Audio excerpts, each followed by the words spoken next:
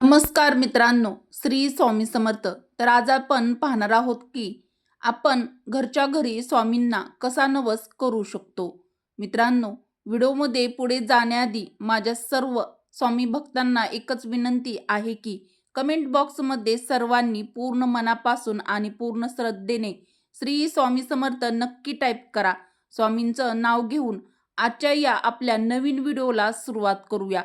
स्वामी तुमच्या सर्व चांगल्या इच्छा लवकरात लवकर पूर्ण करू हीच स्वामी महाराजांच्या चरणी प्रार्थना करून आजच्या या आपल्या खास व्हिडिओला सुरुवात करूया.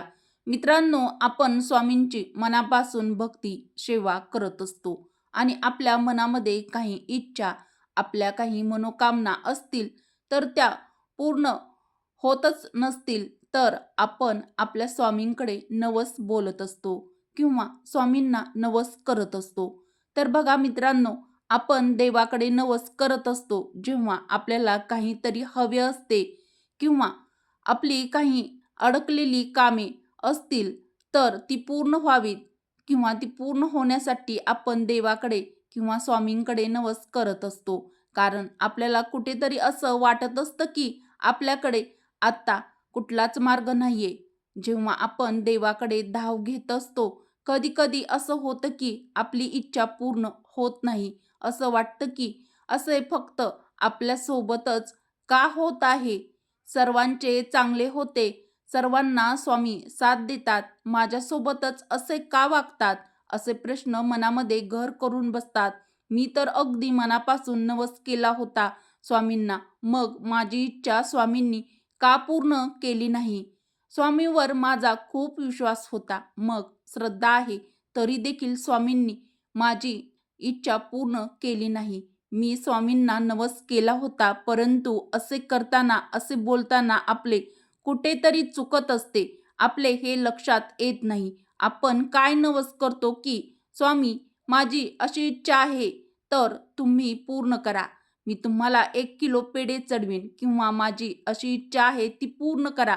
मी तुमच्या दानपेटीमध्ये तुमच्या केंद्रात येऊन 1001 रुपयाचं दान करेन. परंतु मित्रांनो, आपण हे जे काही नवस करतो स्वामींना, त्या गोष्टींची स्वामींना गरज आहे का? किंवा स्वामींना या गोष्टीची आवड आहे का? पूर्वी लोक स्वामींना, कितीतरी गावातील लोक, काही बाहेरील लोक जेव्हा स्वामींना भेटायला येत असतात तेव्हा ते कितीतरी पदार्थ किंवा कपडे, धान्य, इतर वस्तू आणायचे. परंतु मित्रांनो, एकही गोष्ट स्वामींनी कधी स्वीकारली नाही. कारण आपल्याला एक गोष्ट लक्षात आली की कारण स्वामींना या गोष्टीची अजिबात आवड नाही. आपण बघितलंच असेल की स्वामींच्या अंगावर तुम्ही बघितलं असेल की फक्त लंगोट असायची. तुम्हाला कपडे घातलेले, अलंकार, दागिने घातलेले असे कधी स्वामी दिसले आहेत का? स्वामींना साधेपणा खूप आवडायचा. स्वामी स्वतः म्हणतात की मला सर्वात जास्त प्रिय गोष्ट आहे ते म्हणजे माझे नामस्मरण आणि सेवा. तोच भक्त स्वामींना अतिशय प्रिय असतो. तर बघा, आपण नवस काय बोलतो आणि आपल्या स्वामींना आवडते काय? तर नामस्मरण आणि सेवा.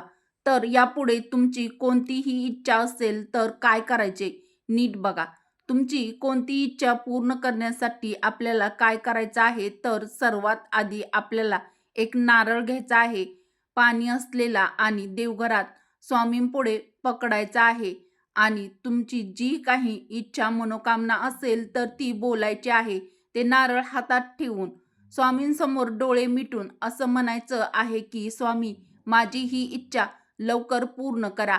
मी तुमचे सारामृतचे पठण 108 वेळा पूर्ण करेल किंवा आपल्याला जसे शक्य होईल 21 वेळा, 11 वेळा तसे तुम्ही पूर्ण करू शकता.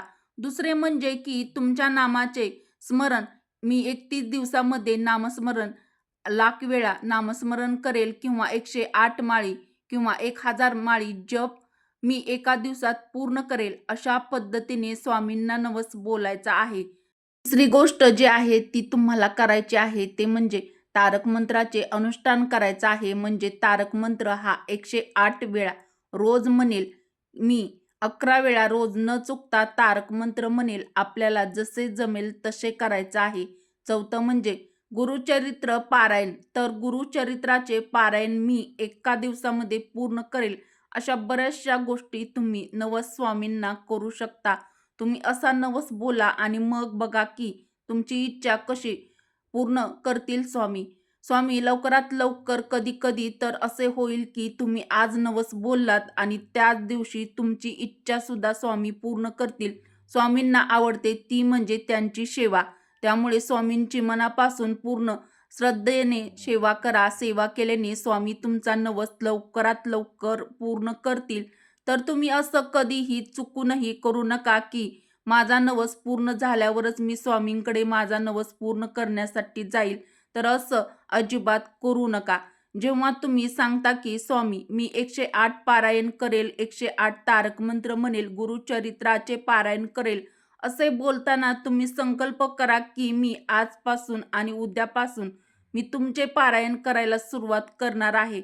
तर मी माझा शब्द पाळत आहे. तर स्वामी तुम्हीही माझ्याकडे दुर्लक्ष करू नका. तुम्हीही तुमचा शब्द नक्की पाळा स्वामी, असे स्वामींना म्हणायचे आहे. माझी इच्छा जेवढी लवकर पूर्ण होईल तेवढ्याच लवकर माझी इच्छा पूर्ण करा. स्वामी मला तुमची खूप सेवा करायची आहे. त्यामुळे मला तुमच्या चरणी स्थान द्या. मला तुमच्यामध्ये सामावून घ्या. तुमच्यापासून मला कधीही दूर करू नका. माझ्या मुखातून सदैव तुमचे नामस्मरण असू द्या. मी प्रत्येक जन्मात तुमचीच भक्त असू द्या.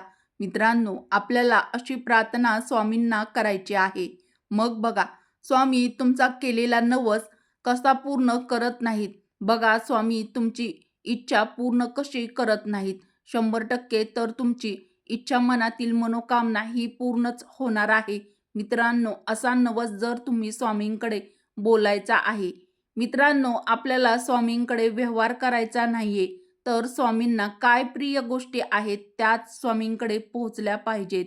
म्हणजे मनापासूनची भक्ती, मनापासूनची सेवा, स्वामींचे नामस्मरण हे सर्व आपण मनापासून केले पाहिजे. आपल्या मुखात सतत स्वामींचे नामस्मरण करायला हवे. अशी स्वामींची सेवा करा, अशी स्वामींची भक्ती करा. मित्रांनो, अशा प्रकारे तुम्ही स्वामींची पूर्ण श्रद्धेने आणि मनापासून भक्ती करा. स्वामींची सेवा करा. जर तुम्ही असं केलं तरच सर्वांनाच कळेल असेल की स्वामींना फक्त सेवेचाच नवस बोलायचा आहे. मी एखाद्या ग्रंथाचं पारायणाची, गुरुचरित्र पारायणाची, तारक मंत्राची किंवा नामस्मरण करायला हवे. अशा प्रकारे मित्रांनो मनापासून स्वामींची भक्ती करा, सेवा करा. कारण मित्रांनो या सर्व गोष्टी स्वामींना अतिशय प्रिय आहेत. तर तुम्ही स्वामींना याच गोष्टींचा नवस बोलायचा आहे. तुमचा नवस हा स्वामी पूर्ण करणारच आहेत. आणि मित्रांनो स्वामींवरती मनापासून श्रद्धा आणि आपला एक नवस स्वामी लवकरच पूर्ण करणार हा ठाम विश्वास, स्वामीवर कायम विश्वास ठेवा. स्वामी कायम आपल्या भक्तांची साथ कधीच सोडणार नाहीत. तर मित्रांनो, तुम्हाला हा व्हिडिओ कसा वाटला ते देखील कमेंट करून मला नक्की कळवा.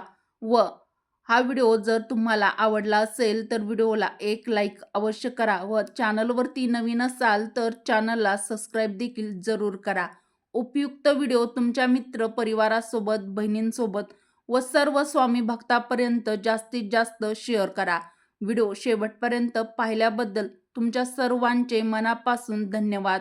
मित्रांनो, मी आशा करते की तुम्हाला हा व्हिडिओ नक्कीच आवडला असेल.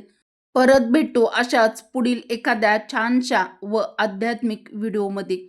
तोपर्यंत सर्वांना मनापासून धन्यवाद. श्री स्वामी समर्थ. जय श्रीकृष्ण. जय माता लक्ष्मी. जय श्रीराम.